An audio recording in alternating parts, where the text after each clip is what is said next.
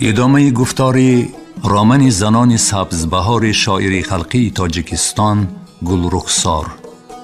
گفتار 17. رهاره در دیل برای خوشدامنش را نپرسیده به سفر دور رفتنش خود را ملامت می کرد. اما هر قدر از خانهش دور می شد بیگناهی خود را بیشتر احساس کرده جای رحم و شفقت را نسبت به کمپری ظالم در دلش خشم و غضب می گرفت. هنوز نمی دانست که مرضیه به تمام دیه گم شدن عروس را آوازه کرده است. اما یک چیز را خوب می دانست: علم نشانه بی سبب نیست. زیبا با آستانه خانه خیریه پا مانده خستگی سنگینی را حس کرد. پایهایش بیجان شدند، مدارش خشک شد و دلش بی حضور. جانش گویا در بدنش تنگی می کرد. بار اول بی‌عدالتی بدبختی را احساس کرده بیحال شد. از باغ کالخاز صدای ترانه و خنده زنهای سیبچین به گوش می رسید. زیبا تریزه اداره جماعت را کشاد.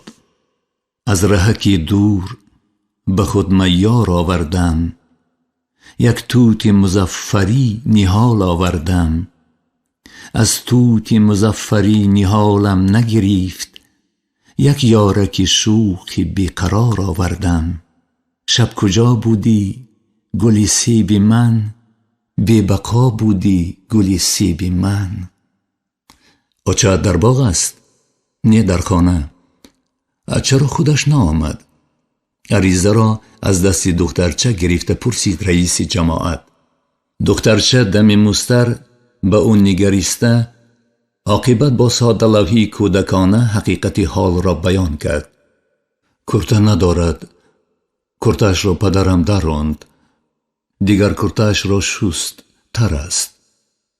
پس از خواندن عریضه اقرار بی پرده کودک در دیدن شکسته زیبا را گرانتر کرد. هر دو خاموش به یک دیگر می نگریستند. نگاه دخترچه که از لاله او اندک کلانتر می نمود پر از هراس و سؤال و زاری لالی بود. زیبا به دخترچه یک پاره سقیج داده گفت: مادرت را گوی که کرتهش خشک شد نزد من بیاید. دخترچه دویده رفت. زیبا آه کشید و از نو کاغذ را به دست گرفت.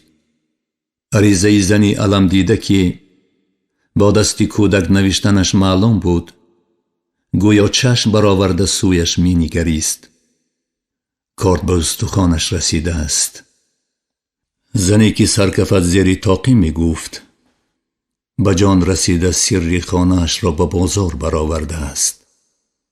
بی اختیار نقره لاغر و رنگ پریده و تاش سرخ روی روغنین بروت را که وقتهای آخر به یاغی خدیر تقلید کنان شمی گلیفه پوشیده شکمی دمیدهش را با تسمه پهنی سگک دار می بست پیش نظر آورد.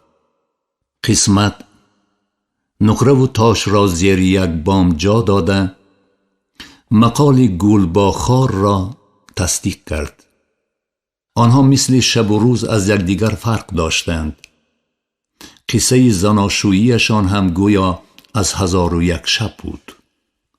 نقره کرته نیمتر را از بارچوب گرفته پوشید و رویمالش را گردی گلو پیچانده سوی اداره جماعت روان شد.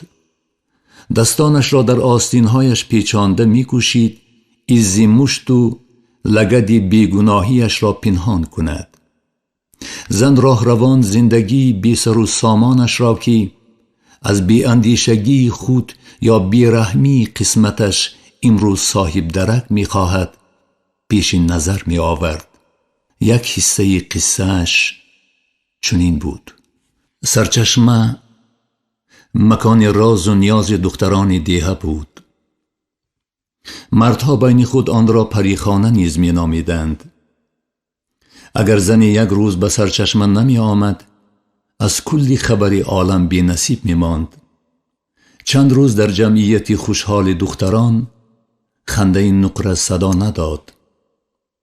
او از زین پایه افتاده پایش لت خورد و به سری چشمه آمده نتوانست.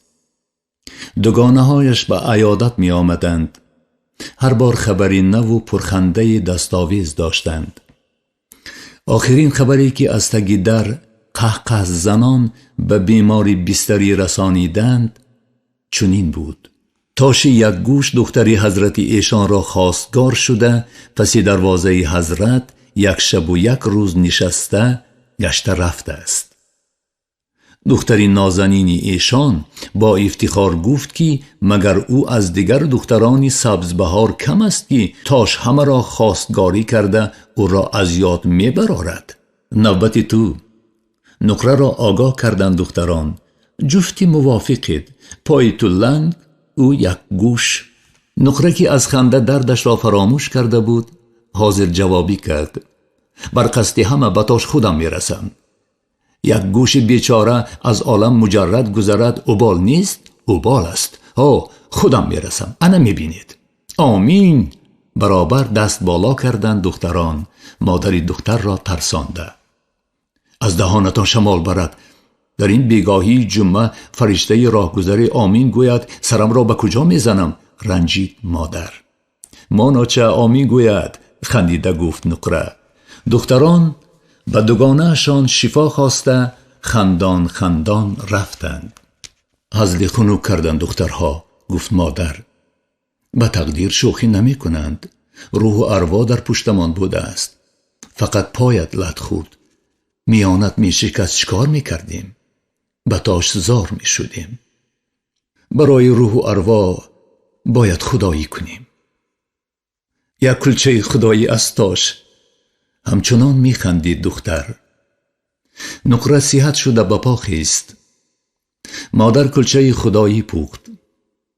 دختر کلچه ها را به دسترخوان پیچانده کوزه‌اش را گرفته سوی پریخانه راه پیش گرفت. او هنوز می لنگید و آهسته را می رفت. برای دختران او نیز خبری کاغذ پیچ داشت. خواستگارهای تاش آستانه آنها را نیز با امید زیر کردند. او آنها را پیش کرد، اما می‌خواست به خانه آنها نیز آمدن خواستگارها را دخترها بدانند. دیروز ثوابجو، صحت یافته، دلیابی و خیر و سخاوت را زود از یاد برآورد. هوا تاریک می‌شد.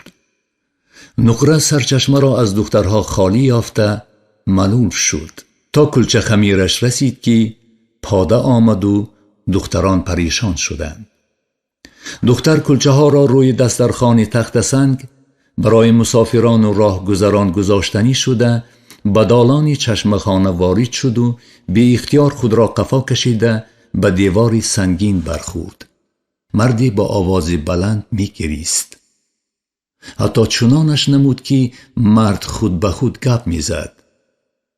شامگاهان در سرچشمه اجینه ها بزم آراسته می رقصند، دایره می زنند.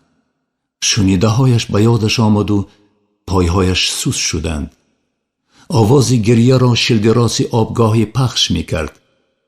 گویا در جایش میخکوب کرده باشند. نه پیش رفته می توانست نه قفا. میلی گریختن داشت، اما پای ضرب خوردهش کرخت و بیجان بود. آنچه را که نمی خواست بشنود می شنید و باور نمی کرد. نخواد مرد بگیرید. خدایا مرگم بده.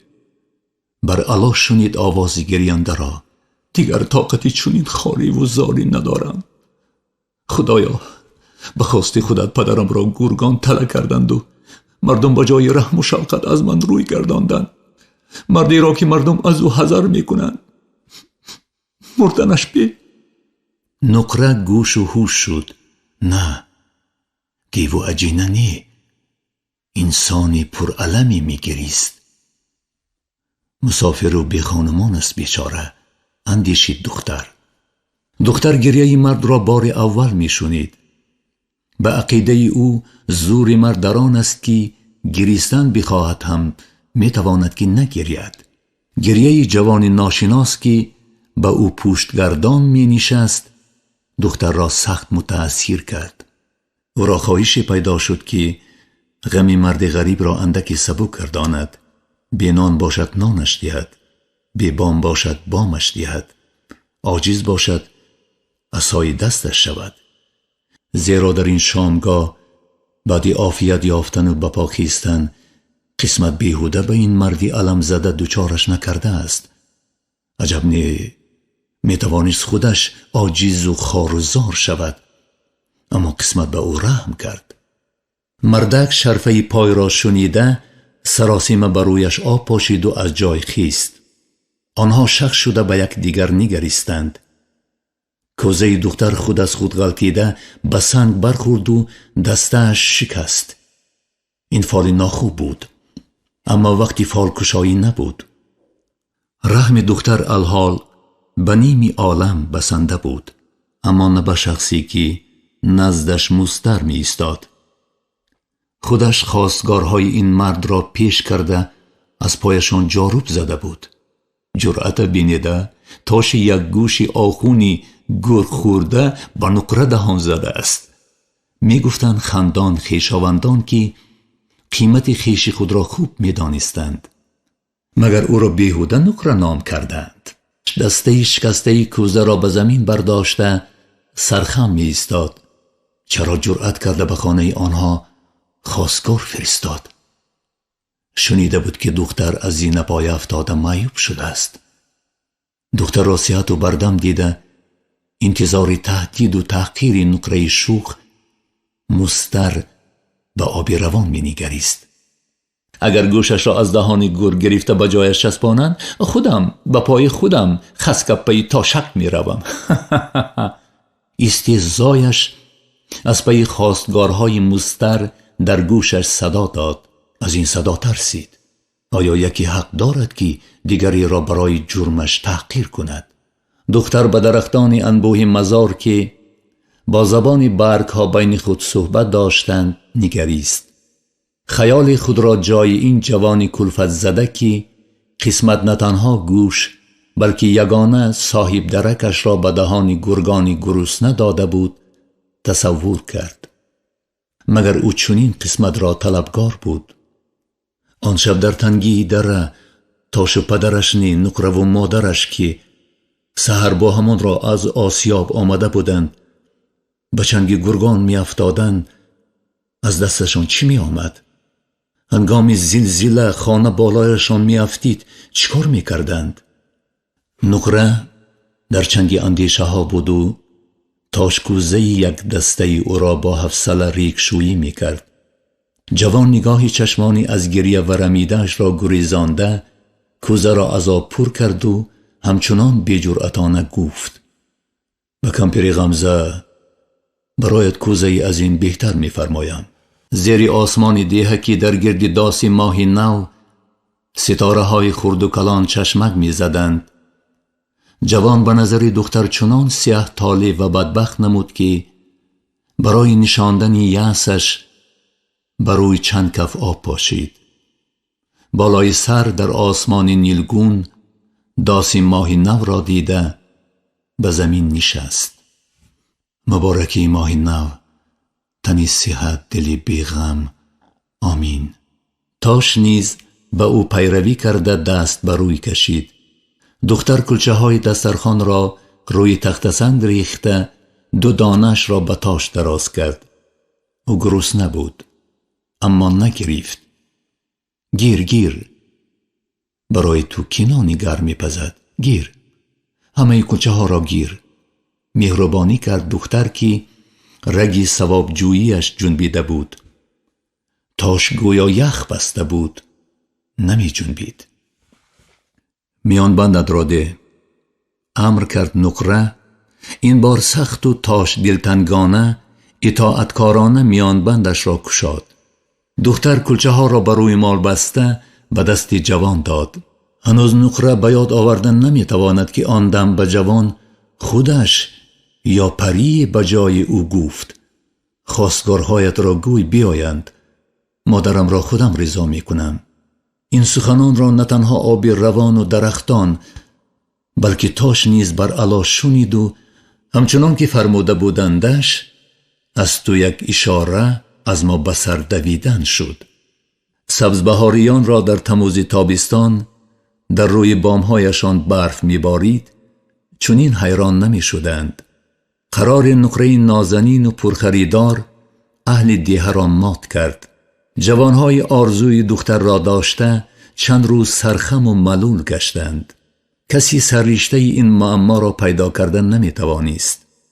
رفتار نقره را دوگانه هایش بین خود به طریق خود شرح می دادند. عربت که تاشی یک گوش اصلا شاهزاده باشد، بالله که از قرباق بد افته است. قادر قلم در پیشانش نوشته بوده است. قادر قلم انصاف نداشته است. زنده باشیم چنان عجایبات و غرایبات را ببینیم که نقره با بی‌ملاحظگیش همه را سخت سوزاند و بعد خودش نیز سوخت. تاش آنی که به مردنش رضا بود یک باره چون کلکی افسانه خوشبختی عالم شد. خوشبخت شد و بدبختیش را زود فراموش کرد. تاش خانداما تیار بود آستانه خوشدامنش را با میژگانش روبد. اگر از دستش می آمد هر روز خمیر کرده برای زن و خوشدامنش فطیری گرم می پخت. غیر نانپزی دیگر همه کار خانه بیمرد را بگردن گرفته خوشدامنش را که اول گردی یک دسترخوان با دامادش نشستند را زبونی می دانست دیری نگذشته شکرگزار کرد. نقره شوهردار شد و دیگر به خانه دوگانه‌اش پنجک بافی نمی رفت. او پنجک باف داشت. به آخری نام تاشی یک گوش پنجک باف علاوه شد. نقره هم به تاش عادت کرد، بلکه خرسند بود که این مردک خدمتگار و قدرشناس تصادفاً نصیب دیگری نشده است. صاحب فرزند شدند و قدر سردار عائله افزود. تاش زنش را دوست می داشت، اما از او سخت می ترسید. دایم در یاد داشت روز به غضب نقره و مادرش گرفتار شود و از خانه رانندش باز روی زمین بی مکان و یکه و تنها می ماند. همین ترسی در اول شیرین رفته رفته باعث هراس و کینه مردک شده عاقبت به دلسیایی و دلسردی رسید. نقره شوهرش را به قطار مردان دیه حیله کرده پایگاه نشین را بالا نشین کرد. در معرکه های توی عزا پیش از همه تاش با دسترخوانش پیدا می شد. حق می گویند که مرد را مرد می کردگی هم زن و نامرد می کردگی هم زن است. نقره شوهرش را به قطار آدمان در آورد و خفی از قطار برآمدن خودش سر زد. دمی به خود آمد که تاش صاحب یک دسته کلید انبارهای کلخاز بود و نانش در روغن، روی دلش یک وجب چرب زیر کرده. ای جنگ بلا در سر، تاش ها را هی میدان و اسب و زین دادی. نقره رهاره گناه و ثواب خود را تحلیل کنان و اشکش را با آستینش پاک کنان به اداره جماعت رسید. نه تنها زیبا، دیگر زنان نیز او را دلسوزانه انتظار بودند. کی جنگ کردید، شب یا روز؟ جبر دیده را در آستانه با سوال پیشواز گرفت اصلیه. گویم که گاهی عقلکت می گریزد می رنجی، گفت نازی. چی فرق دارد که تاشک کی به کمر نقره لگد زده است؟ فرق دارد، گفت جدی اصلیه. هر روز جنگ می کند، جوان مرگ. جواب داد نقره. جنگ آخرینش کدام وقت بود آخر؟ باز پرسید اصلیه. اولی شب، نصف شب، سحر کی؟ مشتی شبانه سفر از مشتی سحریش بهتر است؟ پرسید نازی. آی چی فرق دارد؟ جنگ اولی شب و سحری حساب نیست، آنها بعد آشتی میشوند و ما شرمسار. سوی نازی گشته گفت اصلیه. دوگانه هم راست میگوید، با جنگ زن و شو آستانه خانه خندیده است. اصلیه را چون همیشه طرفداری کرد خاصیت. دینه وقتی پادهی کنی جنگ را سر کرد، گفت نقره. دیگر کسی نمی خندید. شین نقره، گفت نازی بزنی در آستانه راست استاده. شنو بودو شدی گب را بزنها نقل کن. عریضه را خودت نوشتی؟ من گفتم دخترم نوشت. کوتاه جواب داد جبر دیده. بیچاره کودک، گفت زیبا زیر لب. خودت میخونی یا من خوانم؟ خودت خوان زیبی جان، گفت با آوازی گریه آلود نقره. زنها گوش و هوش شدند. زیبا مکتوب را کنده کنده جایهای نافهمایش را پرتافته میخواند.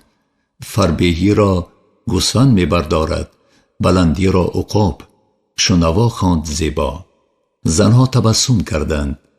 شویش را یک باره گوسفند و عقاب نامیدن نقره به زنها فارید. شویم به عیاشی و دزدی نام برآورده است و کودکانم نان خوردنی ندارند. می نوشت جبر دیده. بودی شدی انباری سبز بهار را به خانه زنکی به همتان معلوم می کشاند. نام زنک بگو، طلب کرد نازی. بگو فهمیم. نامش را خودت از من خوبتر می دانی. رنجیده گفت نقره. بگو دیگران دانند. اصرار کرد نازی. زیکه، زنی علم کشیده، نام رقیبش را به همه بار اول معلوم کرد. زیکه ماری آبی. واه! یک باره چند زن آه کشیدند. چی واه میگویید؟ از آسمان افتاده اید؟ گفت با استهزا نازی. قصه مناسبت تاش و زیکه در دیه کیها آوازه شده بود. روی راست در اداره جماعت در حضور همه بار اول گریهی این علاقه را می کشادند. در همه دیه هایی که کلخوز انبار دارد و زنی نکاحی دارد. زنها مغل برداشتند. آرام شوید دخترها. بعد زیبا جایهای قلم کشیده عریضه را که به راست بودن شبهه نداشت با آواز بلند تأثیر بخش خواند. انبار کلخاز و جیبه که پرم باشد، نه تنها منصب رئیسی کلخاز و جماعت، همه بیوه های سبز بهار را میخرم. بچه آخونی گور خورده تاش یک گوش بودن بس است. تا زن و دختری این مردمی بد زبان را فلان نکنم، از هفت پشتم گشته باشم. گوشنگی عاقبت همه زنهای سبز بهار را به جاگه من می آرد. الها جنگ اصلا تمام نشود. از دو سر گیتلر به سبز بهار نمی آید. بیاید مرحبا. ها؟ دست به زانو زد نازی. شو ندارم گفته غم می خوردم. تاش یک گوش کیها مرا به نکاحش در آورده است. خودش کجاست؟ بالله را خودم خسی می کنم. است. از آستین همسایه‌اش کشیده او را به زور شناند خاصیت. دوامش را خواند زیبی جان. خواهش کرد اصل. تو را یعنی نقره را شر داد زیبا. با مرگ خودت نه، با عذاب علیم خاره و زاری می کشم. نقره گریان شد. نازی از جای خیست. او را دیگر شناندن مشکل بود. دیگر نخوان زیبی جان. همین نشم کفایه که یک گوش را اخته کنیم. از نام همه حکم برآورد نازی. زیبی جان یاد داری؟ تاشک برای یک جامعه کنه سعید یک هفته در خانه شما حاجت خانه کافته بود. جامعه دامادیش از رحمتی صفا بود. گفت نقره. شب پوشید به یادش بیارم مرا لگت کوب کرد. دعوای رئیسی کردنش به من فارید. زهر خنده کرد زیبا. یک گوش آرزوی دهشتناک کرده است. آه کشید اصل که بیست سر می جنباند. آرزو کرده است که جنگ اصلا تمام نشود و بچه های ما بر نگردند. خدایا به پی دست به کلبوس شاخ نده. همین خیل آرزو کرده است. این خیل باشد او را کشتن کم است. خونش در گردنی خودش. سرش را دو کفان میکنم و واه نمیگویم. در قطار نازی راست شد خاصیت. های دخترها ایستید. زنهای راهکی را باز داشت رئیسه. شما را از کار ماندم که سرجم مصلحت کنیم. به نقره یاری در کار دخترها. چنان یاری که نه سیخ سوزد نه کباب. راست هم لعل به دست آید و هم یار نرنجد. زندگی سودای عمر است. رئیسه را طرفداری کرد خاصیت. راضی هستی؟ او را به سرخاب پرتایم. جدی پرسید نازی که دمادم از علم و غضب سرخ می شد. افسوس دریا حرام می شود، گفت نازی. بی‌حالانه سرخم کرده. اداره از آنهایی که آمدن زنک را دیده زندگی طاقت فرسای او را می دانستند پر شد. آنها نیز جبر دیده را طرفداری کرده شوهری از خود رفته‌اش را سنگ ملامت می زدند. خیریت شو ندارم، گفت نازی. کسی او را طرفداری نکرد. بیشتری زنها شوهران نغز خود را یاد آوردند و اشک چشمانشان را سوزاند. خود نکره چی میگوید؟ پرسید اصلیه که مصلحت را در هر کار لازم می شمارید. جانم خدا گیرد، چی میگویم؟ عیب خودم شد، گفت زن. البته عیب خودت، تیز شد نازی. به شو قحطی زده بود. زنک بازیش را نمیگویی؟ کدام علمم را گویم؟ زنک را به خانه آورد. خودش به خانه زنک می رود. پایش را نمی شکنی؟ رو و موی زنکی بدگرد را نمی کنی؟ سوال باران کردند نکره را. به زنکی بیچاره شیرش بر این چسبد از دستی او چی می آید؟ نامعقول کردی اصلیه. زنک مثل چشم است، در سیل هم باید صاف باشد. شورید نازی. زیبا دید که با چنین حال تا پگاه به خلاصه آمدن نمی توانند.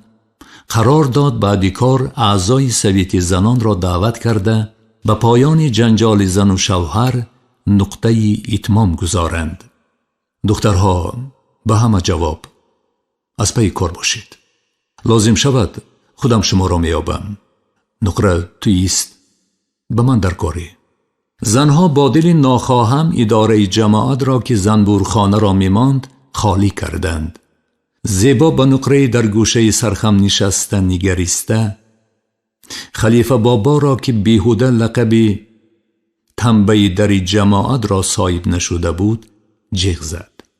موسفید رموز فهم گاه به نقره غنچه شده گاه به زیبا نگریسته پیشکی می دانست به کجا رود. بابا جان، تاش را یافتن در کار. می دانم جان بابا. موسفید رفت. زیبا دستان ضرب خورده نقره را مالیده گفت تا آمدنت خیلی فکر کردم. فرض کردیم از رایان میلیتسیا را جیغ زده حجت ترتیب می دیم و شاید موافق گناهش جزا می بیند. اما کودکانت من تو را اصلا نمی بخشه. سزاوار است که کلیدی انبار را از دستش گرفته از دولت و سولتش محروم کنیم. اما در دوره بیمردی از کجا به زودی مدیر می آبیم؟ چاره بهترین این است. شما را آشتی داده از تاش زبان خط می گیریم. هم شما خرسند هم ما. چی گفتی؟ نقره چیزی گفتنی بود که به اداره خلیفه بابا در آمد.